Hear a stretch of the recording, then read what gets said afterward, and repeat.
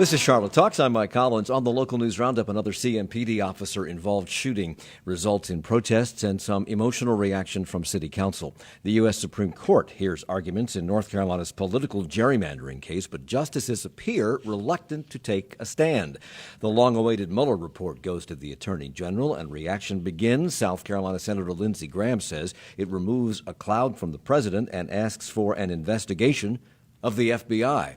And the sexual scandals afflicting the Catholic Church reach into the Charlotte Diocese. Our roundtable of reporters is ready to detail those stories and others, and those reporters include Steve Harrison from WFAE News. Welcome back. Thanks, Mike. Good morning. Good morning. Jonathan Lowe is here. He's a reporter for Spectrum News. Good morning, Mike. And Mary C. Curtis, columnist for RollCall.com and a contributor to WCCB TV, is also here. Good morning to you. Good morning, Mike. And Glenn Berkins is publisher of QCityMetro.com. Good to see you again. Last but not least. Well, I'll move you next time. Never least, Glenn. Never. Somebody has to go last. That's just how it works. On Monday evening, there was a deadly officer-involved shooting at a Burger King on Beatty's Ford Road. Stories are mixed about exactly what happened, but the official story at one point said the chain of events began with a 911 call about a man with a gun at the restaurant near I-85. CMPD Chief Kirkputney says the man was acting kind of suspicious, giving employees an uneasy feeling. They call us. We get here, engage the subject who is armed.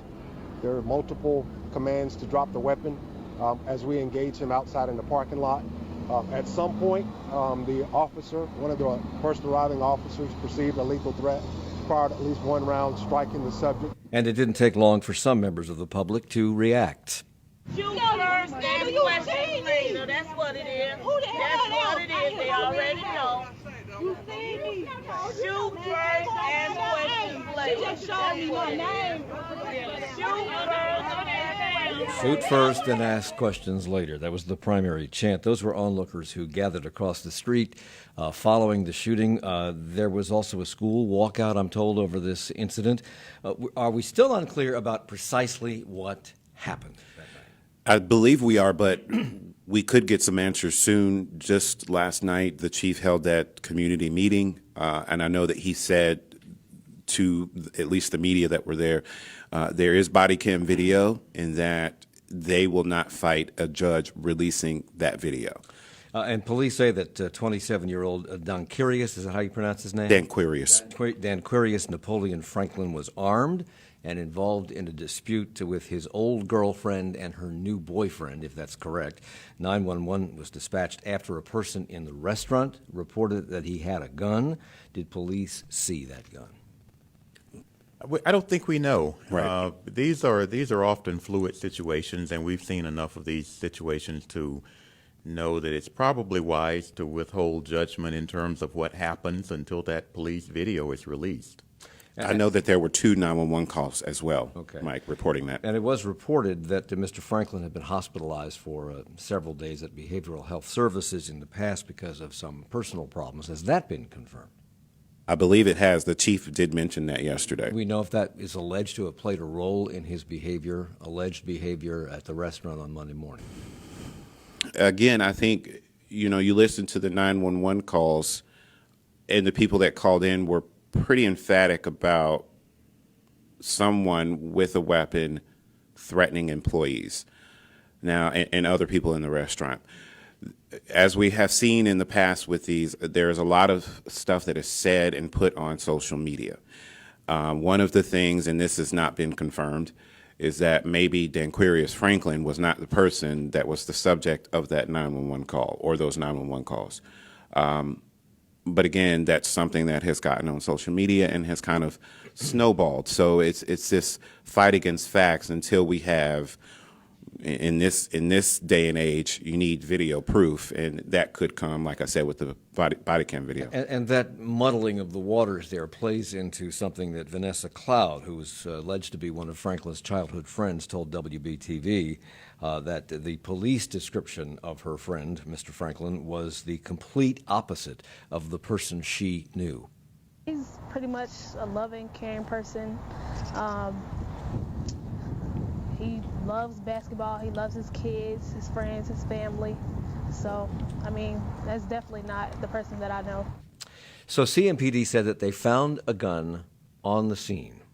Don't know where it was in the restaurant or in the environs, but they found this gun on the scene. Have they yet been able to tie that gun and the ownership of that gun to Mr. Franklin? Again, there are, there were several reporters of us that were out there, and you hear the gun was on the ground, the gun was on him, the gun was somewhere in the parking lot. Again, there is so much out there that has not been confirmed Because yet. the police, at one point, Chief Putney said he wasn't sure that Franklin had been holding a weapon when the shooting occurred, but he was getting verbal commands from the officers on the scene to drop the gun, drop the weapon.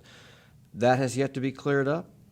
Correct. I am really interested, and I keep bringing this up, I'm really interested in seeing this body cam video because the officer-involved shootings that I've covered in the last year the chief has not come out this quickly and say, we will not fight it being released, because as we know, we have the whole process of, the judge has to approve the video being released. So, But correct me if I'm wrong, they typically have not fought. there have been in the last year of the officer-involved shootings that I've covered where they have asked for the judge not to, or to hold off on releasing the video. They eventually complied, but at first, with that new law, they have asked for the judge to hold off. Wow. Chief Putney evidently held a community conversation last night Yes. about this incident over on the west side, West End, they now call it. What happened at that meeting? What do we know about that meeting? Well, it was certainly tense. It was held at Friendship Missionary Baptist Church, which is just down the block from the Burger King. It's on Beatty's Ford Road. And the chief made sure when they put this out on Twitter and on social media that they were going to have this community meeting, made sure to say right off that they would not be answering any questions about what happened in the shooting. This was to come and address community concerns about what we just heard in that tape there of shoot first, ask questions later, the concern about the relationship between the marginalized people in our community, African Americans, and the police, the problems with trust there. Now, we did have groups who have been protesting this week, groups like Charlotte Uprising, wanting answers from the chief, just community members. And so there were points where the chief was up at the front of the church answering questions. And it did get tense. There were even some people who used expletives in the church, and the pastor got up and said, this is going to be a place where we can talk about this situation and have a respectful conversation, but you will not come in here and be disrespectful. So it was tense. So the fact that we have an African-American police chief does not diffuse the situation, or would it have been worse had he not been African-American? I don't think it really matters in a situation like this.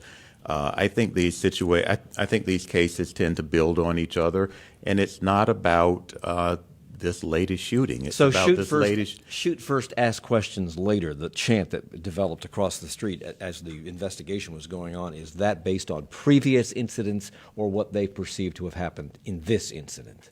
I think it goes to the implicit bias training that CMPD that people have been pushing for, saying that just because you are black does not mean that you cannot shoot another black person.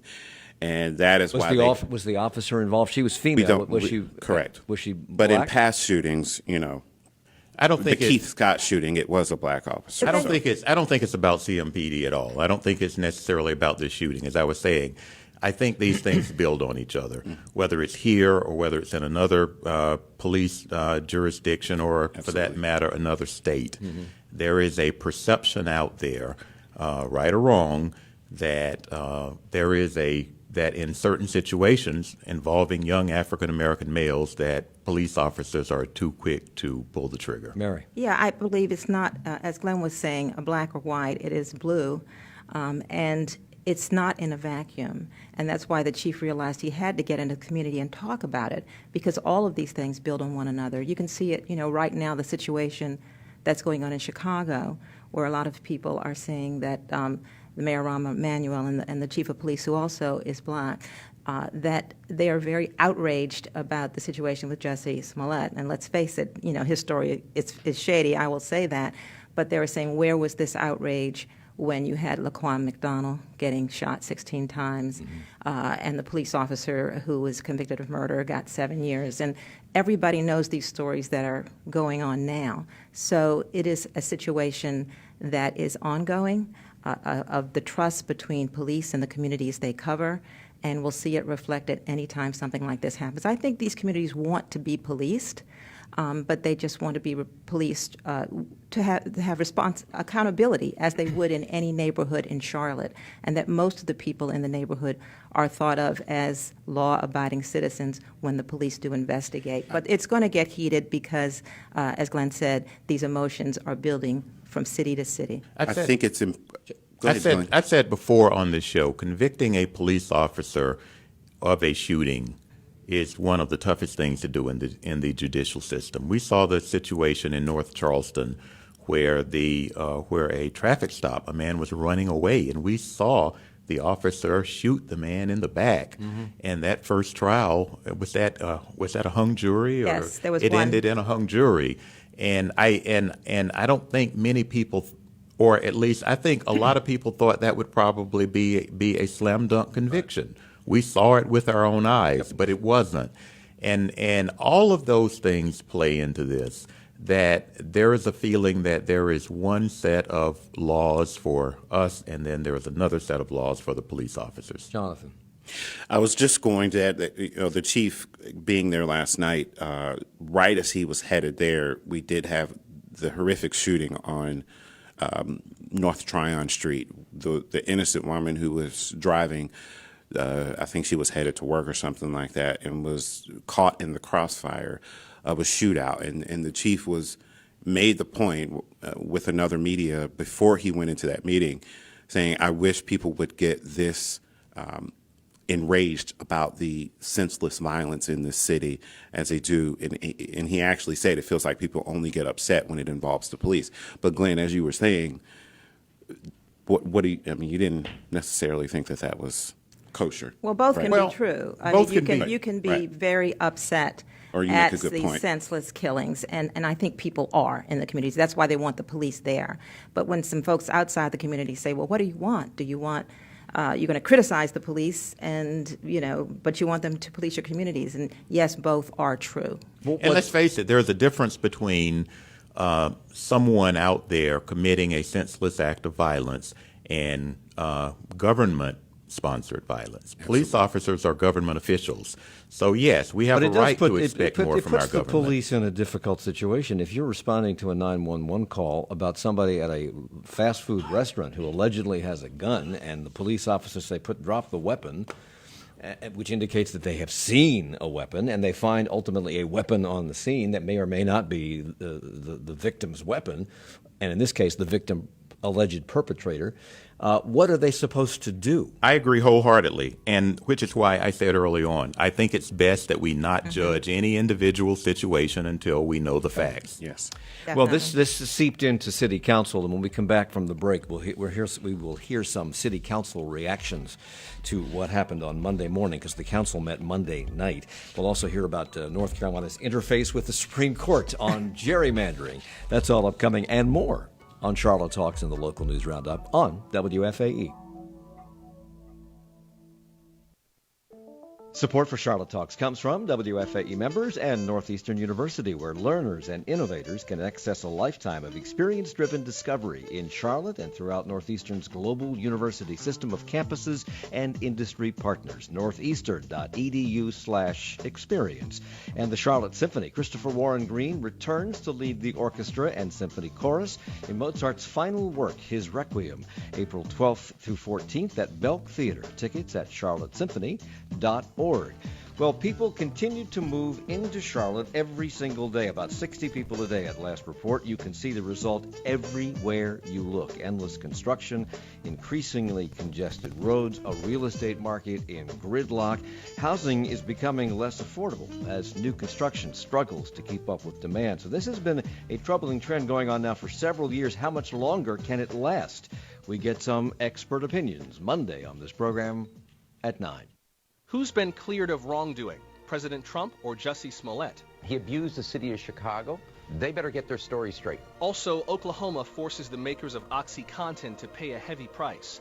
2 senators advance plans for paid family leave. And why was Ronald Reagan seen riding a velociraptor? The Friday News Roundup next time on 1A. That's coming up at 10 following the Charlotte Talks local news roundup here on 90.7 WFAE, Charlotte's NPR news source.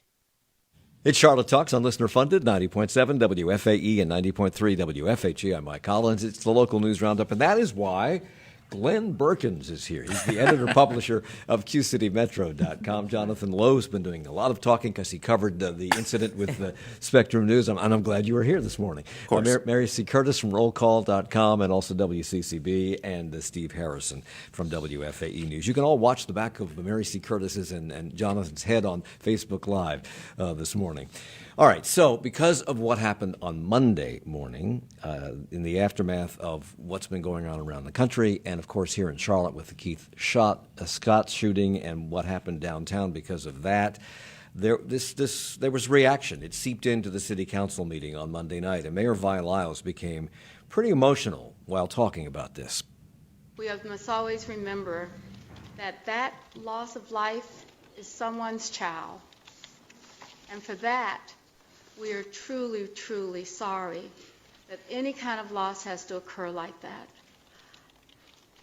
Keeping order is not always an easy thing. Losing someone is really, really difficult. Councilmember Braxton Winston, who came into public consciousness during the protests following Keith Scott shooting with that iconic photograph in The Observer of him with his T-shirt off and his arm raised in the air, said police have to find a different way to deal with people who are perceived as threats. Municipal government should not be in the business of killing people. But that, again, happened today. Whether it was justified, right or wrong, we are not better off at this moment than we were before 9 a.m. this morning. And Winston said the shooting did not live up to a sacred duty, and those comments drew this response from Republican Councilmember Ed Driggs. I just hope that you'll make the same speech every time we get news that somebody has been murdered in Charlotte, because those lives matter too. How did folks take that comment? Well, it almost sounds like what the chief said last night. Which is? That we have a senseless killing. I bring up again the awful story of the woman yesterday who was just driving on 28th Street in North Tryon, and that happened as the chief was headed to that community meeting. Clearly he was upset about it and spoke to this is how people in this city are choosing to end just really... So Ed Driggs' comment seems to say, we know we don't want, I don't want to put words into Ed Driggs' mouth, but we know we don't want police arbitrarily shooting people black, white, or purple. Correct. On the other hand, if people have guns in the community and they're going to use them aimlessly and for no reason whatsoever, and people get hurt, are you going to bemoan that fact as well? Well, the standards for it also are so loose in the sense of or amorphous. It says police officers if they fear for their lives. And so that really puts a lot on them. Right. And they have a lot of responsibility because they do have guns, so they can have to react in a split second. And other folks want to say, well, who do you see as the threat? And do you see some people as a threat more than others? And would you be more likely to use deadly force? I thought what the mayor said was a lot more nuanced, that, we want bad, good, right, wrong, where people are complicated. And if someone, the friend who said he was a very kind person, that can be true as well as he could be a troubled person. So we have to see people as complete human beings, not just people in the community, but police officers as well.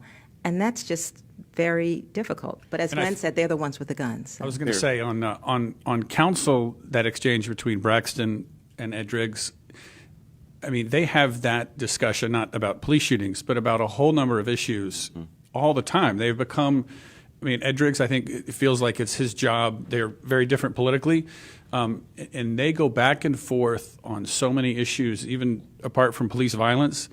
And I feel like to add to that, Steve, I mean, you were there at the meeting when the police officer came and got up and most recently said that we need an increase in our pay.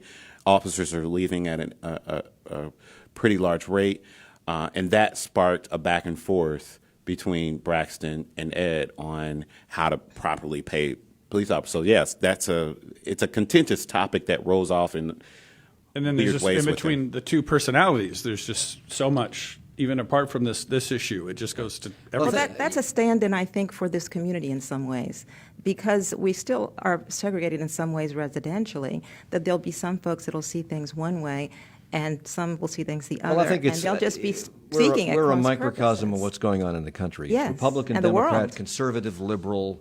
There's this bifurcated split, and people tend to see the world in black and white, right or wrong. And in fact, that's not true. It's all shades of gray. And people are even choosing their friends and associations now, they say, based on views, points of views, so you won't even really sit down and have a conversation with the other side. And I think you guys touched on it last week when the sheriff's department, when the sheriff's office went into the area around the lake to do traffic enforcement. People act very differently when they are the subject of police actions. Right. So even those who are strictly law and order, when the police action or the law enforcement action falls on them and their community, they react differently. They bridle a little bit. Yeah. Why aren't you after those real criminals? Right. All right. So the U.S. Supreme Court has already struck down racial gerrymandering, the practice of drawing voting districts to favor one race over the other. On Tuesday, they finally took up our political gerrymandering case, which seems to have been with us in North Carolina forever. Common Cause and the League of Women Voters argued before the court that our state's congressional maps favor Republicans too much. No kidding. How did they, we'll talk about that in a second, how did they make that argument? What was their argument? So I guess just a little bit of background. The map is from 2016. Right. After the 2016 election, Republicans won 10 of 13 seats. David Lewis in the House, when they passed the map, kind of joked and said, this is what we wanted to do. It is a partisan gerrymander. The only reason we have 10-3 is because I could not draw 11-2. So in the Supreme Court hearing, Paul Clement, representing the Republican leadership, he just said basically like that this is allowed, that the judicial system has no role in this. And then on the other side, Common Cause and the League of Women Voters took kind of different approaches. There was an interesting exchange between Justice Alito and the Common Cause attorney in which Alito asked and said, okay, what if the state said, we're only going to do a little bit of gerrymandering. We're going to do a 7-6. We still want to get an advantage. Is that okay? And the attorney said, well, and then Alito said, and they admitted to that. They said, we're going to do a 7-6. And the attorney for Common Cause says, no, you can't even do that. You can't even admit even the slightest advantage. The League of Women Voters had a little bit of a different approach. They felt like that would be okay. They were looking for just the most severe cases, and North Carolina is one of those. Yeah, in this case, they're taking up North Carolina and also Maryland, in which it's the opposite, in which in one district they say that Democrats have favored them. And you could see the justices struggling with it because partisan gerrymandering, they've left it basically up to the states. But even Brett Kavanaugh, the newest justice, said that he would not dispute that extreme partisan gerrymandering is a real problem for our democracy, because you look at these some of these maps and you cannot deny it. And in North Carolina in particular, they've done like Asheville, for instance, is a pretty liberal city, but because of the way they've split it, sometimes with people on one side of the street in one district and the other side of the street on the other, they're represented by two of the most conservative members of Congress. Those fighting against changing these maps, arguing for the state, essentially, in front of the Supreme Court, pointed out that the Founding Fathers put nothing in the Constitution with regard to mandating proportional representation within the states. And, of course, our Constitution also had nothing in it about racial gerrymandering either. So why is that a valid argument? I'm not sure I would argue that it is a valid argument for the very reason you mentioned, among others. Okay. But the thing of it is that they also really seem that they want the states to take care of it, and in some cases states are doing that. California, for instance, and other states have nonpartisan commissions that draw up the districts. And North Carolina has a couple of laws in place that are trying to hit that area. And so you could see the Supreme Court pretty much saying, well, can you all take care of it and not have us step on a political process with a constitutional ruling and saying that it's not constitutional. Steve. There was a great story in ProPublica about California's redistricting. They have this independent commission, which, like Mary said, a lot of people want to do. And in California, the story talked about how Democrats kind of said, okay, this is out of our hands now because it's a Democratic state. What are we going to do? And so the story talked about how the Democrats kind of got activists and their people to essentially pose as activists on the ground and go to these meetings and talk about this is what we want, this is what we need over and over again. And they kind of infiltrated the system. So, I mean, I'm not saying that the commission's a bad idea. Right. It's just the lengths to which both parties will go to preserve their power. Well, go ahead. One thing that I would point out, as you correctly noted, racial gerrymandering is illegal, but increasingly race and political parties are kind of proxies. Yeah, the political gerrymandering is accomplishing what racial gerrymandering Absolutely. Can't do anymore. Absolutely. Here in North Carolina, on the campus, I think North Carolina A&T, one of the lines just splits the campus in half, right, where students on one half of the line are in one district and students on the other half are in another district. Well, Neil Gorsuch and Brett Kavanaugh, two justices that were put on the court by Donald Trump, suggested that partisan gerrymandering of congressional districts is already being solved by state action. Was he talking about these commissions? Mm-hmm. Is that what he was talking about? Allison Riggs, who argued on behalf of the League of Women Voters before the court, was not buying that argument. Voters can't self-correct this. You can have a democratic way of election, and to date, no congressional districts flipped in North Carolina. So I think they appreciate that, what might work for voters in Colorado, putting an initiative to the voters, isn't an option for many voters, and that doesn't relieve the court of its duty to vindicate constitutional rights. However, as you might imagine, Republican Speaker of the North Carolina House, Tim Moore, told Spectrum News that drawing these maps should be left in the hands of state lawmakers. I certainly don't think courts need to be in the business of drawing districts. There are those who say we ought to have an independent commission. Well, those folks aren't elected. They're not directly accountable to the voters.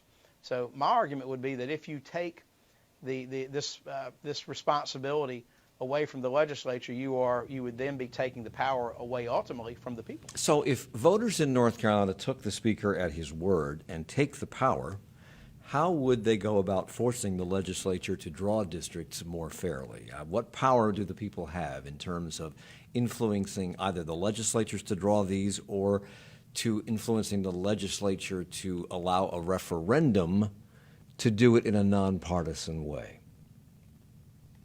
I mean, it's just be to vote in legislators who want to do that. Can it be done? Well, if they legislate, a lot of things are going to come up because of the 2020 census and these elections, which will put a lot of folks in there who will be redrawing these districts. So that's why it's incredibly important right now. But they bring up the examples of states like North Carolina and Wisconsin. The vote is pretty split when you look at it between Democrats and Republicans. But yet when you look at the representation, it's, really skewed in place of Republicans. And you look at a state like Pennsylvania, where the state Supreme Court, and a lot of folks are going through the state Supreme Courts because the state constitutions make it easier to fight it, and they ruled that their lines were unconstitutional and drew new lines, and you saw the result in 2018, where in Pennsylvania it's now much more even between Democrats and Republicans. And folks like, to go back to Glenn's point about racial gerrymandering and partisan gerrymandering being similar, folks like Eric Holder, former Attorney General, who's now chairing this organization called the National Democratic Redistricting Committee, they make that link as well, saying that all of these gerrymandering laws are very similar to voter suppression restrictions. So it's a continuing fight, both in the states and around the country. So Justice Kavanaugh, who through his comments acknowledged that extreme partisan gerrymandering was a problem, in fact dangerous to democracy, he asked Paul Clement, who is representing the state, about proportional representation. He asked, quote, why can't the Equal Protection Clause be interpreted to require something resembling proportional representation, to which Clement pointed out that the framers of the Constitution gave the legislatures the power to draw these voting districts. Could this be as simple as the court ruling that these legislators then have the power, but they have to draw the districts in a way to ensure proportional representation? Could they just make that ruling? I mean, I think they could, but I think one of the problems with proportional representation is, like, look at a state like Massachusetts, and they talked about this in the hearing. Democratic state, all Democratic congressmen. So 35% of the electorate in Massachusetts are Republicans, but the way they're spread out, they're just kind of all over the state. So it's actually kind of hard to draw a Republican district in Massachusetts.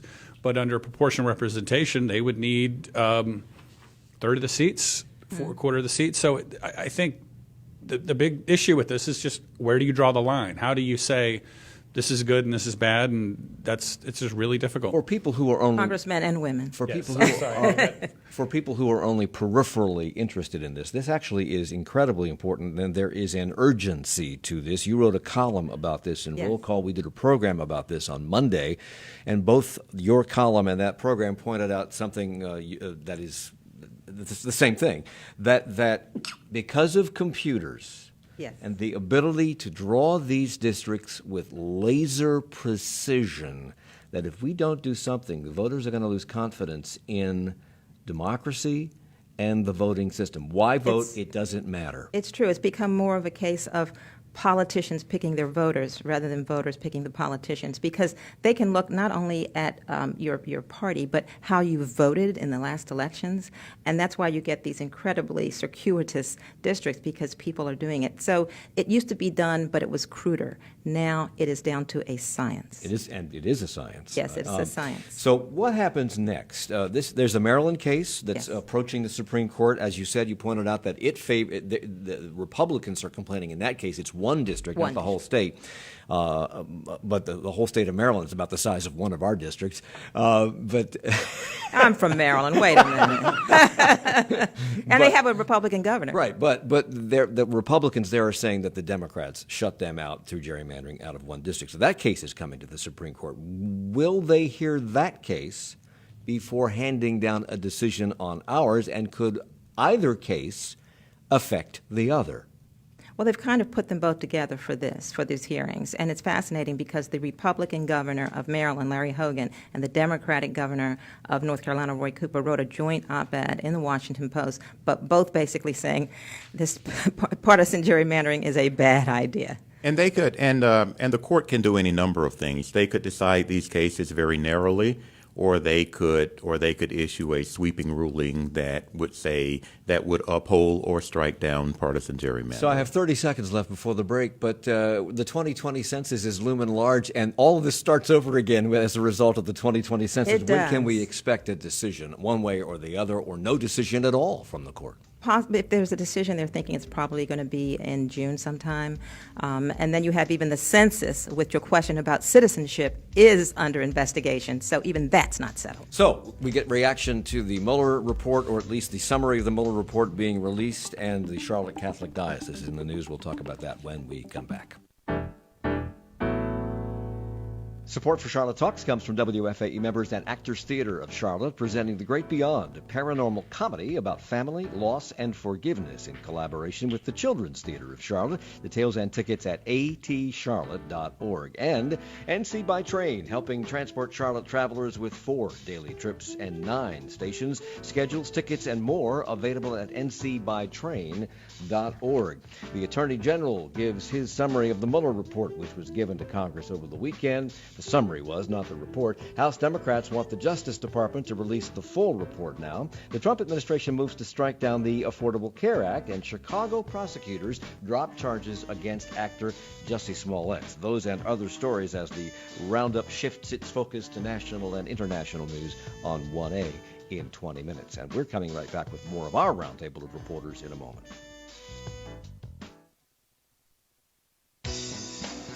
Some share their opinions, others just stay quiet, but we can all listen. On Morning Edition, you listen for facts, greater understanding, and sometimes even a laugh. So keep listening to Morning Edition from NPR News. I'm Lisa Wharf. Listen for WFAE's Morning Edition weekdays from 5 to 9 on 90.7 WFAE at WFAE.org and with the WFAE app. It's Charlotte Talks on WFAE and WFHE. I'm Mike Collins. It's the local news roundup. Steve Harrison joins us from our newsroom at WFAE. Jonathan Lowe is here from Spectrum News. Glenn Berkins, who refuses to go last, is the QCityMetro.com editor and publisher, and Mary C. Curtis is a columnist for Roll Call. So I go last. You got to let me live that down, Mike. At WCCB. Okay, the summary of the Mueller report was released over last weekend by Attorney General Barr, who said that Mueller was unwilling to say whether or not the president was guilty of obstruction. He says the report does reveal that there was no collusion with Russia and the Trump campaign. And Barr went on to say that the president was exonerated. Of course, the Democrats want the full report because they think that there's more to it than that. And the president has said he's okay with the attorney general releasing the entire report, but the attorney general seems to be prevaricating on that. The Senate Majority Leader Mitch McConnell blocked a resolution on Monday that would have called on Barr to release that report to the public. So there's disappointment on one side and euphoria on the other. Is it premature? Definitely, I believe because so. we don't have, it's over 300 pages. We don't know what's in it. Also, there are other investigations going on in Congress, oversight, and also in all of these other courts that Mueller passed off some of these investigations to the Southern District, New York, and others. And so we don't know what's going on. But of course, it's going to be a political football. President Trump was at a rally last night saying he was exonerated, although the summary said, you're not exonerated, and Republicans want Adam Schiff to step down from the Intelligence Committee, and he's saying, are you kidding? There's still a lot out there. The thing I think is fascinating, though, that, one is that Mueller was supposed to get beyond the politics, but he handed it back to the Attorney General. And also the one thing everyone agrees on, the report and the intelligence, is that Russia interfered with our elections, and they're doing it again. It got pretty heated yesterday in the Intelligence Committee with some very strong words being aimed at Adam Schiff by Republicans who were insisting that he needed to resign, that they had lost all confidence in his ability to chair that committee. Did anything similar to that happen when Devin Nunes was running that committee, when the Republicans were in charge and the Democrats were angry because he seemed to be meeting with the White House on a regular basis? Something similar did happen. There were calls for him to So this is step quid down. pro quo? Probably. Okay. The letter that Barr wrote summarizing his impressions of the Mueller report has emboldened the president, as you just mentioned. He's calling for an investigation of the FBI now, among other things. And if you thought that this at least temporary exoneration of the president was going to make everything hearts and flowers again in Washington, you were wrong. And South Carolina Senator Lindsey Graham is leading the charge. He was pleased, but also ready for a fight. I believe that Donald Trump got scrutiny like nobody else in the history of the presidency, since Nixon probably. And he, in my view, came out of this thing stronger. To those who were abusive of the process in 2016 on the other side, you haven't had much scrutiny, but that's coming. That sounds like a threat. I would remind him of a president named Clinton who came under investigation for an obscure land deal in Arkansas. And didn't he lead the charge? Didn't Senator Lindsey Graham lead the charge on that? Probably? Right, and he ended up being impeached tangentially over an affair with a White House intern. So when he says that no president has been scrutinized this much, that just doesn't bear So facts. Lindsey Graham said the report removes a cloud from the Trump presidency, but he also called for an investigation of the FBI and the Justice Department to look for Trump bias.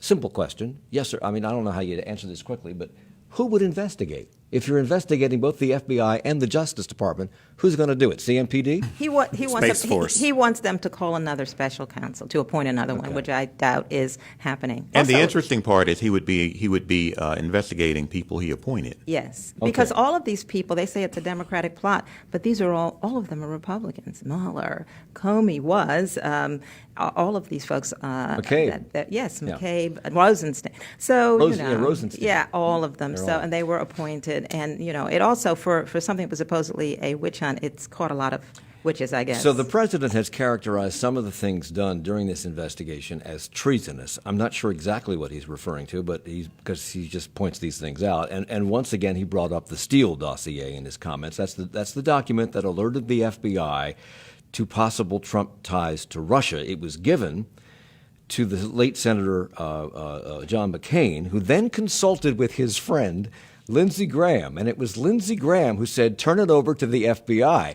And it was the turning over of that document to the FBI that really got the president hot under the collar. But it was Lindsey Graham's idea. This is you can't make this stuff up. And Lindsey Graham is now the president's new best friend. That's right. And now also you have to know that all these folks that were indicted and have served time and guilty pleas, like Papadopoulos and Manafort, they are angling for some pardons right now. And all of this happened during the Obama administration. So now Graham has said that Washington must return its focus to the storyline because it may reveal abuse of power by the Obama administration. He said it's at a minimum disturbing. Whether or not it's illegal, I don't yet know, so I'm going to get answers to this. Where does this end? Well, the polls have shown now that across party lines, most people, Democrats, Republicans, and independents, want to see the full report.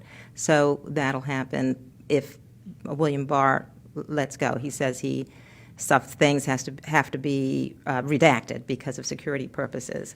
So, that will be where it will go. But I think, practically speaking, each side will use it for political hay, making political hay as they go around. So it was the firing of former FBI Director James Comey by the president that kick-started this special counsel investigation. And after spending an hour with us recently on this program, Comey was in town this week to speak at the Belk Theater, and he spoke about, obviously, the Mueller report, stating that he could neither charge nor exonerate the president. Mr. Mueller couldn't. And Comey called that confusing, something he echoed later in an interview with NBC's Lester Holt. The purpose of a special counsel is to make sure that the politicals, in this case the Attorney General, doesn't make the ultimate call on whether the subject of the investigation, the President of the United States, should be held criminally liable for activities that were under investigation. And so the idea that a special counsel wouldn't reach the question and hand it to the political leadership doesn't make sense. So we haven't seen the report. We may never see the whole report, but maybe we'll see the report in a month. Who knows? But what role, Steve, you're our political reporter, what role is this likely to play in the 2020 election? It's already starting. It is starting, and I think it was going to play a big role, and will play a big role. But then, of course, Democrats were absolutely thrilled that the president immediately pivoted to wanting to repeal the Affordable Care Act, which was they were absolutely thrilled. I mean, because this was, they had, so many people so many Democrats had invested so much in this narrative of Russian collusion, and there were probably a lot of politicians and people in the media who did have to kind of like who mea culpa. Yeah, and then the president was able to he's going to still talk about this, but talking about healthcare, I'm going to let people off the hook. I'm going to take the opposite take and say I think this was already baked into the cake. I think those who support the president will continue to support him, and those who won't. I don't think this will change any minds. I think this election is going to be much more about, again, health care and civility. Okay. Well, the Democrats hope so, because that's how they won a lot of seats in 2018. They want to talk about it. And you see all the candidates from Elizabeth Warren to Kamala Harris to Amy Klobuchar coming out with things about infrastructure and health care. So they want to talk about the issues. Okay. Let's since I used the word mea culpa, and that's Latin, let's move to the Catholic Church. The Catholic Church has been embroiled in sexual scandals for years. Nothing new about that. They've taken heat not only on the sexual impropriety of certain priests, but for how the church has handled those cases and when they were uncovered, and for the cover-up when they were not uncovered. Yesterday, the Chancellor of the Catholic Diocese of Charlotte stepped down after what the diocese called a credible allegation, those are their words, of sexual misconduct by Monsignor Mauricio West when he was at Belmont Abbey College in the mid-'80s. What do we know? We know that this apparently did not, according to what they investigated, it did not involve actual sexual abuse did not involve a minor. This was, according to the diocese, someone who was an adult. Mauricio West has denied the allegations. He says, or excuse me, the allegation, though, is that he made unwanted overtures over a period of time, again, back in the mid-1980s. What's interesting is he has held that position, I believe, the longest of any person in the diocese. I actually attended Catholic school. I remember hearing about him, never met him, but heard a lot about him. Everybody knows Mo West. And so he actually oversaw at least two investigations of sexual abuse or involving priests within the diocese. So it's interesting he's now being accused of the same thing. It should be pointed out that Monsignor West denies these allegations. Yeah. Bishop Jugas issued what he called a sincere apology to the victims, plural, for what he called a crime and an awful sin, but no criminal charges have been filed. Might they be? I don't know. I don't. Criminal charges. Is that sloppy language on the part of the bishop to call it a crime in the absence of criminal charges? Well, does it invite an investigation from the outside? I don't know. With there not being an allegation of sexual abuse and not involving minors, I don't know. That's a slippery slope. The Charlotte Diocese has so far resisted releasing a list of past and present priests who have been credibly accused of child sex abuse, which this was not. Let's point that out. However, other dioceses around the country have been a lot more transparent. Why hasn't our diocese, the Catholic Diocese in this neighborhood, followed suit? Well, a lot of the dioceses, even in this state and the surrounding, have released it. And their explanation so far has been that they don't want to cause the folks who might be on the list or who might be affected any more harm. And survivors have said, we want the transparency, so please, don't take that in consideration. So you're going to see a lot more, particularly after this high-profile case, more demands to publish them. It was announced yesterday that somebody else is stepping down. It was announced that Wells Fargo CEO Tim Sloane is retiring. He took over from former CEO John Stumpf, who resigned after those well-known scandals. Sloane's retirement takes place immediately. What's going on here? So he actually will retire at the end of July, Mike. He's stepping down all of his positions. Right. So what is he doing? Good question. Collecting the check. Pulling a paycheck until July. A very big paycheck. He just got a raise. Right. Wish you had that deal, right? What's interesting about this is that he has been saying that we're going to correct this. We're going to get the bank right back on track as far as serving its customers. But I think since 2016, the bank has paid out $4 billion in fines and settlements, and it's still. You talk to people inside the bank. I know people that work inside the bank. The problems have not. And people think it's just a fake account scandal. This is all kinds that of just problems. Was the impetus of this whole thing. I mean, they were selling insurance to people who didn't need it. They were putting these add-ons to mortgages that didn't need.